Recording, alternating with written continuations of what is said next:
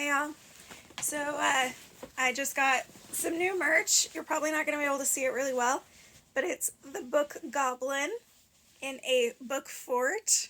Do you want to build a book fort? Very fun merch from Elizabeth Wheatley. She's one of my favorite authors. I really love her stuff. Very excited to be wearing this. Side note over. Okay, so we are on chapter 3 of Dracula. Jonathan Harker's journal continued. When I found that I was a prisoner, a sort of wild feeling came over me. I rushed up and down the stairs, trying every door and peering out of every window I could find. But after a little of the conviction of my helplessness overpowered all other things, when I look back after a few hours, I think I must have been mad for the time, for I behaved much as a rat does in a trap. When, however, the conviction had come to me that I was helpless, I sat down quietly as I have ever done anything in my life, and began to think over what was best to be done. I am thinking still, and as yet have come to no definite conclusion. Of one thing only I am certain, that it is no use making my ideas known to the Count. He knows well that I am imprisoned, and as he has done it himself, and has doubtless his own motives for it, he would only deceive me if I trusted him fully with the facts. So far as I can see, my only plan will be to keep my knowledge and my fears to myself, and my eyes open. I know, either being deceived, like a baby, by my own fears, or else I am in desperate straits, and if the latter be so, I need and shall need all my brains to get through. I had hardly come to this conclusion when I heard the great door below shut, and knew that the Count had returned. He did not come at once into the library, so I went cautiously to my own room and found him making the bed. This was odd, but only confirmed what I had all along thought, that there were no servants in the house. When later I saw him through the chink of the hinges of the door, laying the table in the dining room, I was assured of it. For if he does himself all these menial offices, surely it is proof that there is no one else to do them. This gave me a fright, for if there was no one else in the castle, it must have been the Count himself who was the driver of the coach that brought me here.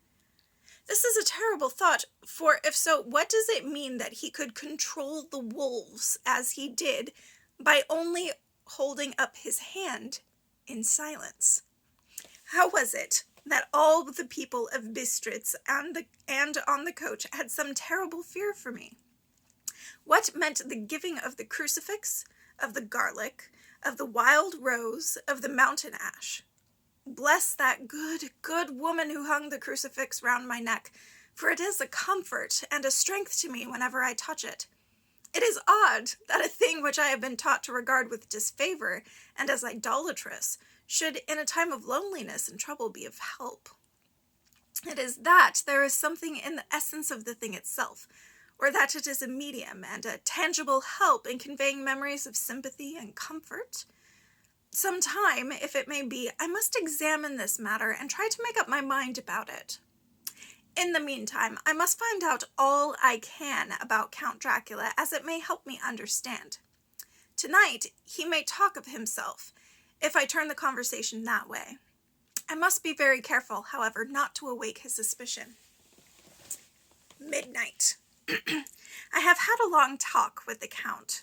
I asked him a few questions of Transylvanian history, and he warmed up to the subject wonderfully. In his speaking of things and people, and especially of battles, he spoke as if he had been present at them all. He afterwards explained by saying that to a boyar, the pride of his house and his name and his pride is his pride, and that their glory is his glory, and that their fate is his fate. Whenever he spoke of his house, he always said we, and almost spoke in the plural, like a king speaking. I wish I could put down all he said exactly as he said it, for to me it was most fascinating. It seemed to have in it a whole history of the country. He grew excited as he spoke, and walked about the room pulling his great white mustache and grasping anything on which he laid his hands as though he would crush it by main strength. One thing, he said, which I shall put down as nearly as I can, for it tells in its way the story of his race. We Sescles have a right to be proud, for in our vein flows the blood of many brave races who fought as the lion fights for lordship. Here, in the whirlpool of European races, the Ugric tribe bore down from Iceland the fighting spirit which Thor and Woden gave them, and which the berserkers displayed to such fell intent on the seaboards of Europe, aye, and of Asia and Africa too, till the peoples thought that the werewolves themselves had come. Here, too, when they came, they found the Huns, whose warlike fury had swept the earth like a living flame, till the dying peoples held that in their veins ran the blood of those old witches who, expelled from Scythia, had mated with the devils in the desert. Fools! Fools! What devil or what witch was ever as great as Attila, whose blood is in these veins? He held up his arms.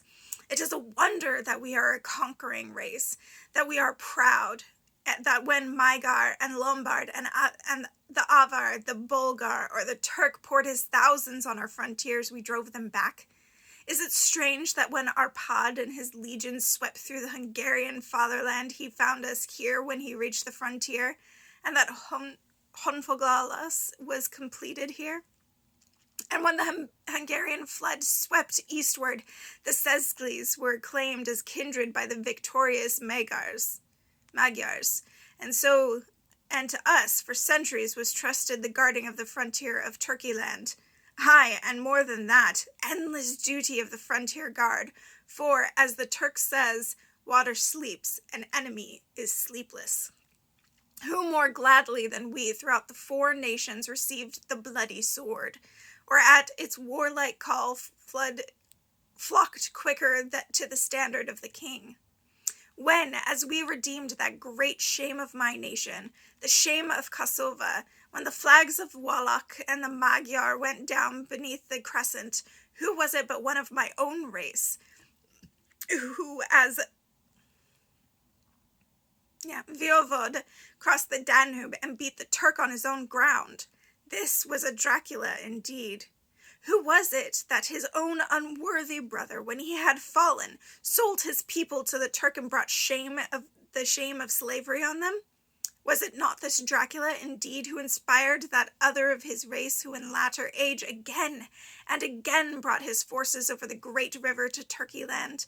Who, when he was beaten back, came again and again and again, though he had to come alone from the bloody field where his troops were being slaughtered, since he knew that he alone could ultimately triumph? They said that he thought only of himself. What good are peasants without a leader? Where ends the war without a brain and a heart to conduct it? Again, when, after the battle of the Mohawks? Yeah. We threw off the Hungarian yoke. We of the Dracula blood were amongst their leaders, for our spirit would not break that we were not free. Ah, young sir, the Sescles and the Draculas, their heart's blood, their brains, and their swords, can boast a record that mushroom growths like the Habsburgs and the Romanovs can never reach. The warlike days are over. Blood is too precious a thing in these days of dishonorable peace, and the glories of the great races are as a tale that is told. It was by this time close on morning, and we went to bed. Memo: this diary seems horribly like the beginning of Arabian Nights, for everything has to break off at cock crow, or like the ghost of Hamlet's father. 12 May. Let me begin with facts. Bare, meager facts, verified by books and figures, and of which there can be no doubt. I must not confuse them with experiences, which will have to rest on my own observation or my memory of them. Last evening, when the Count came from his room, he began by asking me questions on legal matters and on the doing of certain kinds of business. I had spent the day wearily over books, and, simply to keep my mind occupied, went over some of the matters I had been examined at Lincoln's Inn. There was a certain method in the Count's inquiries, so I shall try to put them down in sequence. The knowledge may somehow or some time be useful to me. First, he asked if a man in England might have 2 solicitors or more. I told him he might have a dozen if he wished, but that it would not be wise to have more than 1 solicitor engaged in one transaction, as only one could act at a time, and that no change would be certain to militate against his interest. He seemed thoroughly to understand, and went on to ask if there would be any practical difficulty in having one man to attend, say, to banking, and another to look after shipping, in case local help were needed in a place far from the home of the banking solicitor. I asked him to explain more fully, so that I might not by chance mislead him, so he said, "I shall illustrate. Your friend and mine, Mr. Peter Hawkins, from under the shadow of your beautiful cathedral at Exeter, which is far from London, buys for me through your good self my place at London." Good. Now, here let me say frankly, lest you should think it strange that I have sought the services of one so far off from London, instead of someone resident there, that my motive was that no local interest might be served, save my wish only. And as one of London resident might, perhaps, have some purpose of himself or friend to serve, I went thus afield to seek my agent, whose labours should be only to my interest.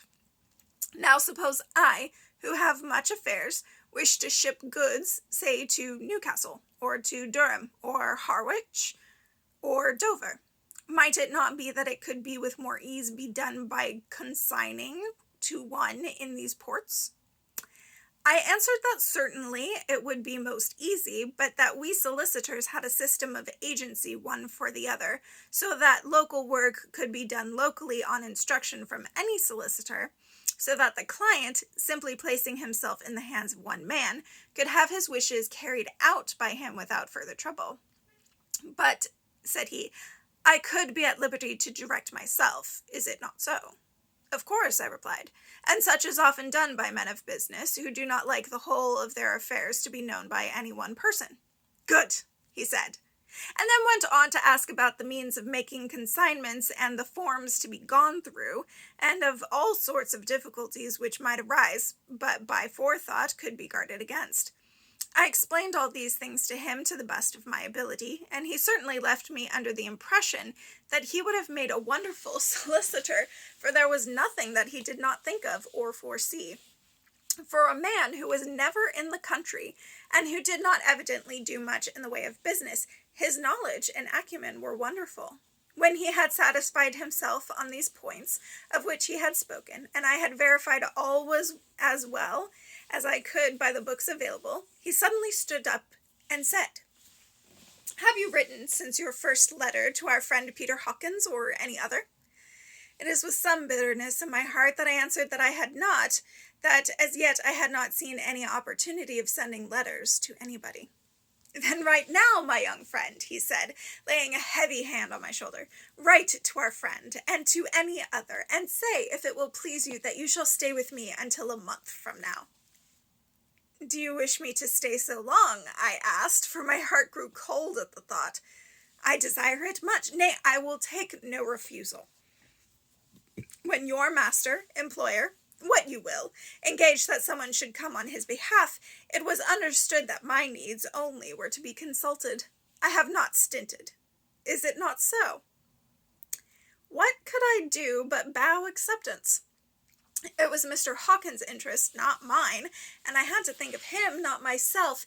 And besides, while Count Dracula was speaking, there was that in his eyes and in his bearing which made me remember that I was a prisoner, and that if I wished it, I could have no choice.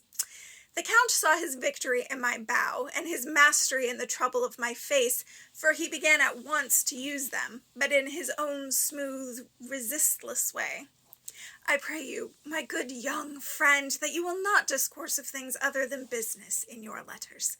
It will doubtless please your friends to know that you are well, and that you look forward to getting home to them.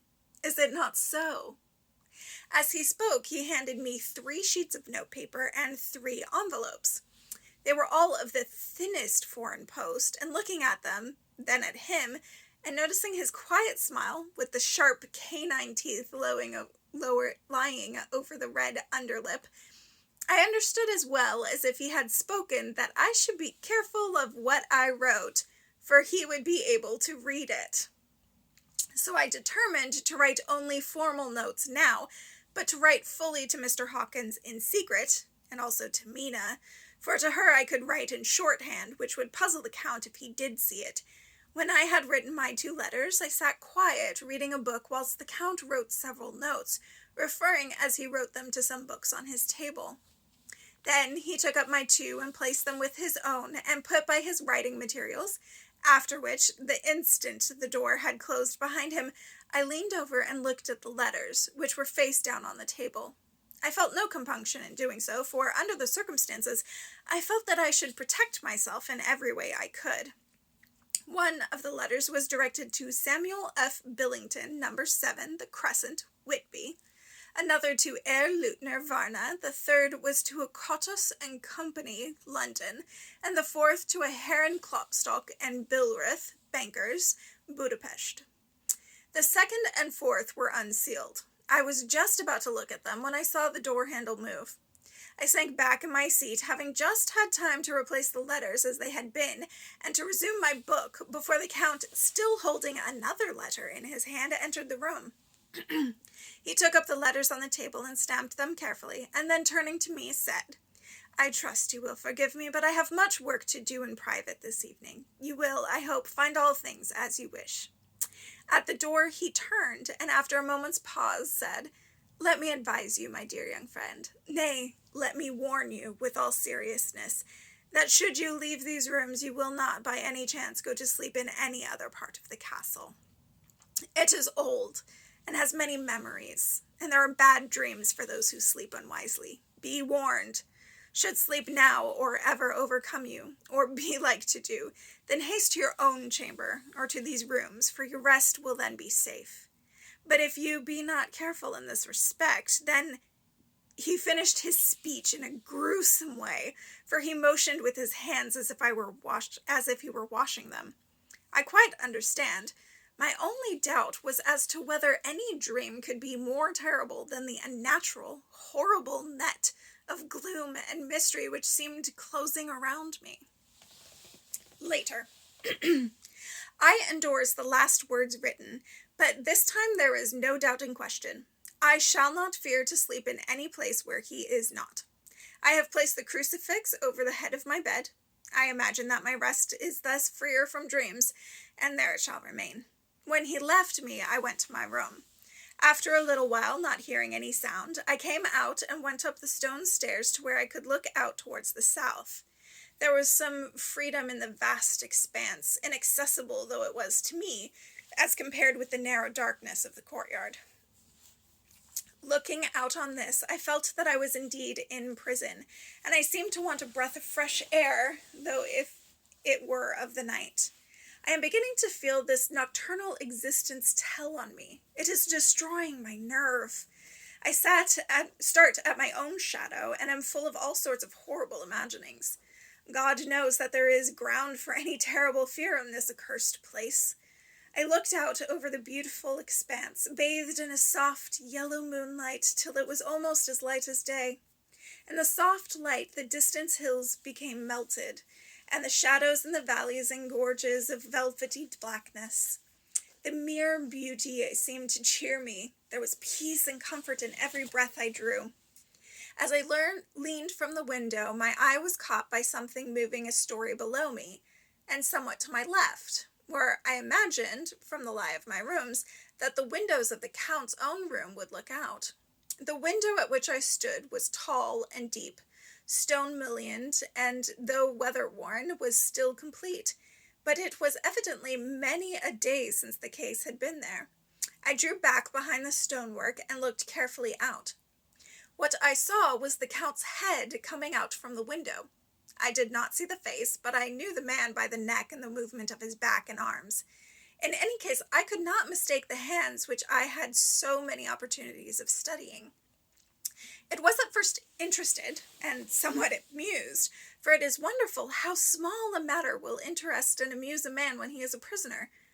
But my feelings changed to repulsion and terror when I saw the whole man slowly emerge from the window and begin to crawl down the castle wall over the dreadful abyss, face down, with his cloak spreading out around him like great wings. At first I could not believe my eyes. I thought it was some trick of the moonlight, some weird effect of shadow, but I kept looking, and it could be no delusion. I saw the fingers and toes grasp the corners of the stones, worn clear of the mortar by the stress of years, and by thus using every projection and inequality to move downwards with considerable speed, just as a lizard moves along a wall.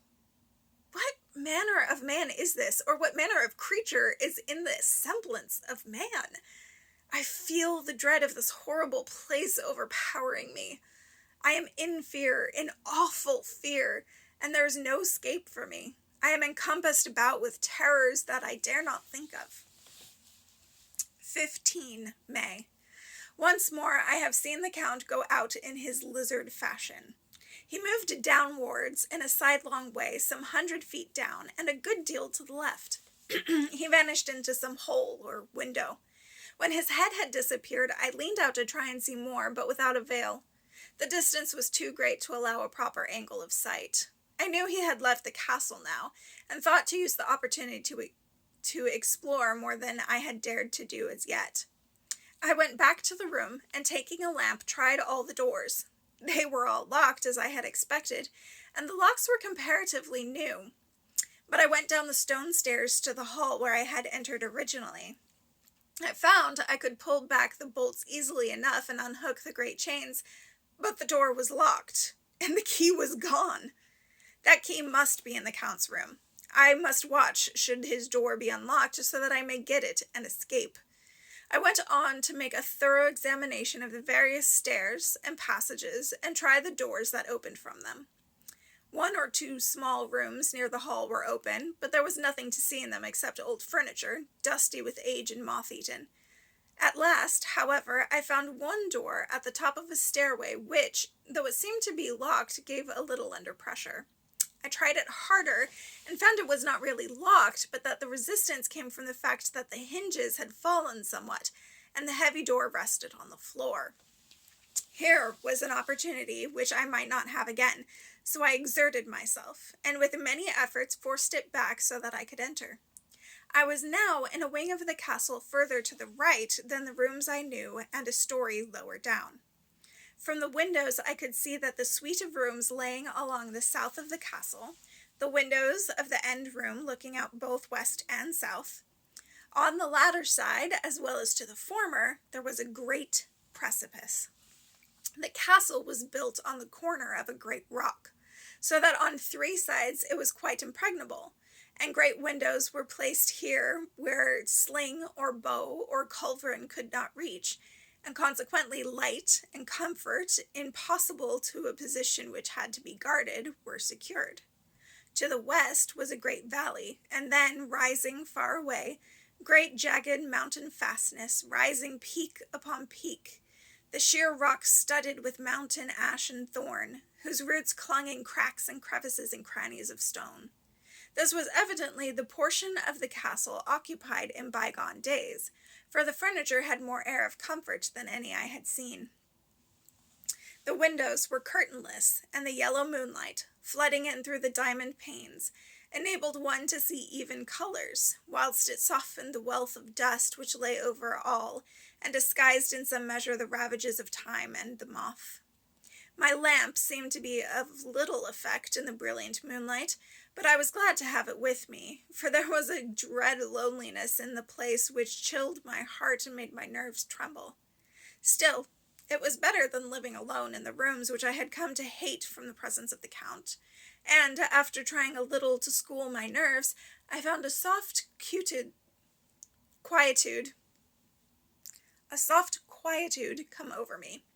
Here I am, sitting at a little oak table, where in old times possibly some fair lady sat to pen, with much thought and many blushes, her ill-spelt love letter, and writing in my diary in shorthand all that has happened since I closed it last. It is 19th century up to date with a vengeance. And yet, Unless my senses deceive me, the old centuries had and have powers of their own which mere modernity cannot kill. Later, the morning of 16 May. God preserve my sanity, for to this I am reduced. Safety and the assurance of safety are things of the past. Whilst I live on here, there is but one thing that I hope for, that I may not go mad, if indeed I be not mad already. If I be sane, then surely it is maddening to think that all of the foul things that lurk in this hateful place, the Count is the least dreadful to me, and that to him I alone I can look for safety, even though this be the only whilst I can serve his purpose. Great God, merciful God, let me be calm, for out of that way lies madness indeed. I begin to get new lights on certain things which have puzzled me. Up to now I never quite knew what Shakespeare meant when he made Hamlet say, "My tablets, quick, my tablets, 'tis meet that I put it down," etc. For now, feeling as though my own brain was unhinged, or as if the shock had come which must end in its undoing, I turned to my diary for repose. The habit of entering accurately must help to soothe me. The Count's mysterious warning frightened me at the time. It frightens me more now when I think of it, for in future he has a fearful hold upon me. I shall fear to doubt what he may say. When I had written in my diary, and had fortunately replaced the book and pen in my pocket, I felt sleepy. The Count's warning came into my mind, but I took a pleasure in disobeying it. The sense of sleep was upon me, and with it the obstinacy which sleep brings outright.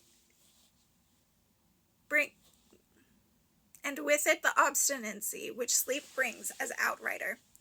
The soft moonlight soothed, and the wide expanse without gave a sense of freedom which refreshed me.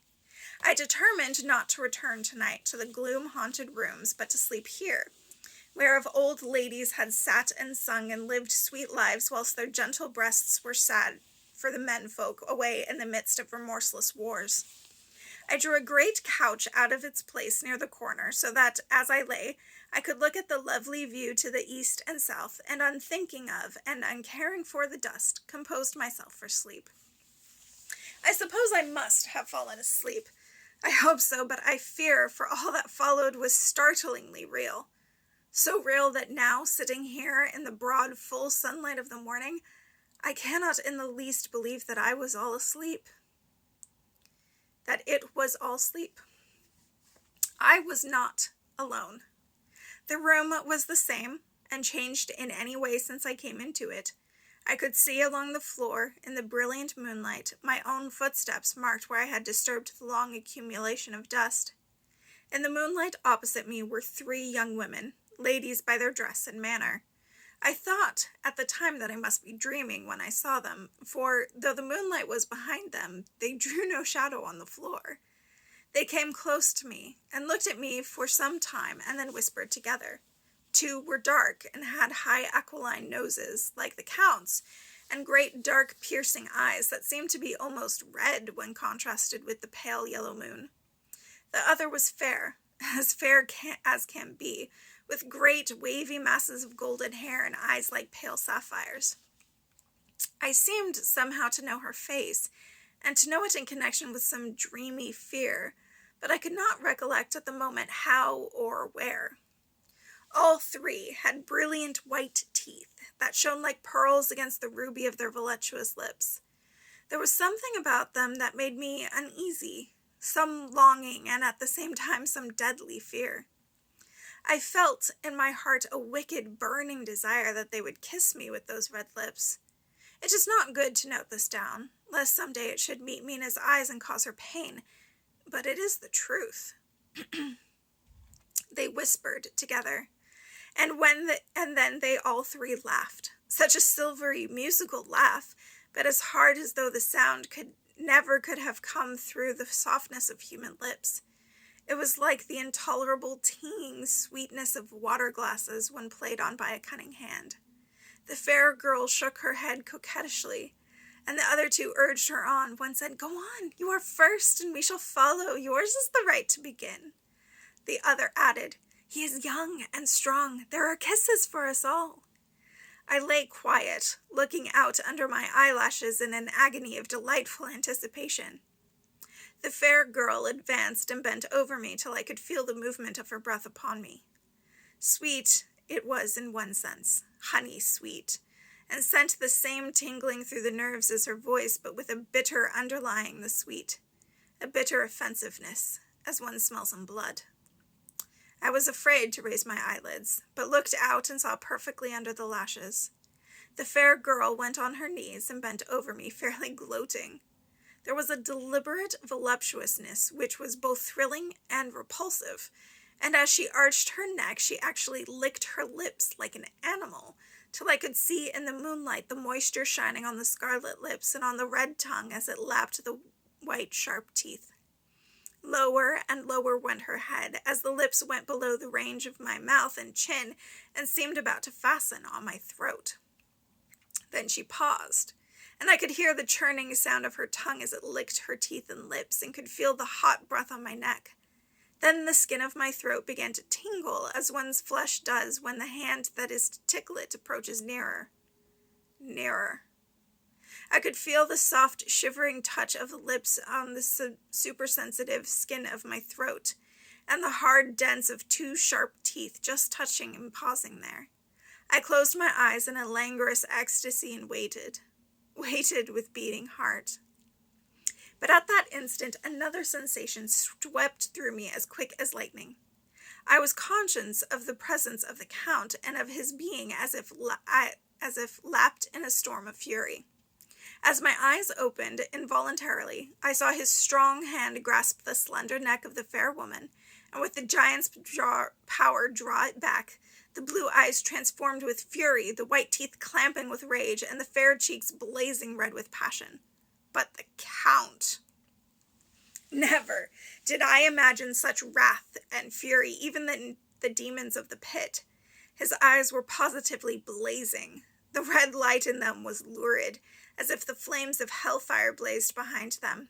His face was deathly pale, and the lines of it were hard like drawn wires. The thick eyebrows that met over the nose now seemed like a heaving bar of white-hot metal.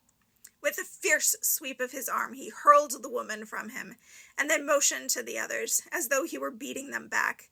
It was the same imperious gesture that I had seen used to the wolves. In a voice which, though low and almost a whisper, seemed to cut through the air and then ring around the room, he exclaimed, "How dare you touch him, any of you? How dare you cast eyes on him when I had forbidden it? Back, I tell you all. This man belongs to me. Beware how you meddle with him, or you'll have to deal with me." The fair girl, with a laugh of ribald coquetry, turned to answer him. "You yourself never loved. You never love." On this the other women joined, and such a mirthless, hard, soulless laughter rang through the room that it almost made me faint to hear. It seemed like the pleasure of fiends. Then the Count turned, after looking at my face attentively, and in soft whisper, "Yes, I too can love. You yourselves can tell it from the past. Is it not so? Well, now, I promise you that when I am done with him, you shall kiss him at your will. Now go. Go! I must awaken him, for there is work to be done." "Are we to have nothing tonight?" said one of them with a low laugh, as she pointed to the bag which he had thrown upon the floor, and which moved as though there were some living thing within it. For answer he nodded his head. One of the women jumped forward and opened it.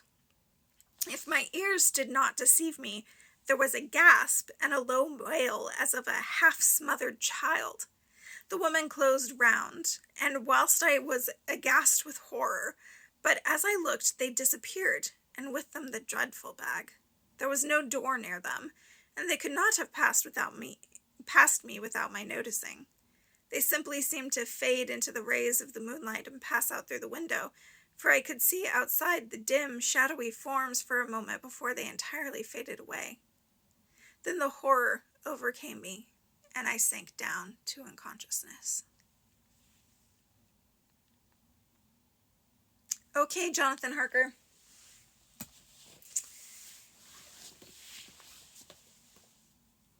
Like, I get why he's dense, but he is so dense. I get it. But dude, come on. All right, I'll see you guys next time. Have a good one.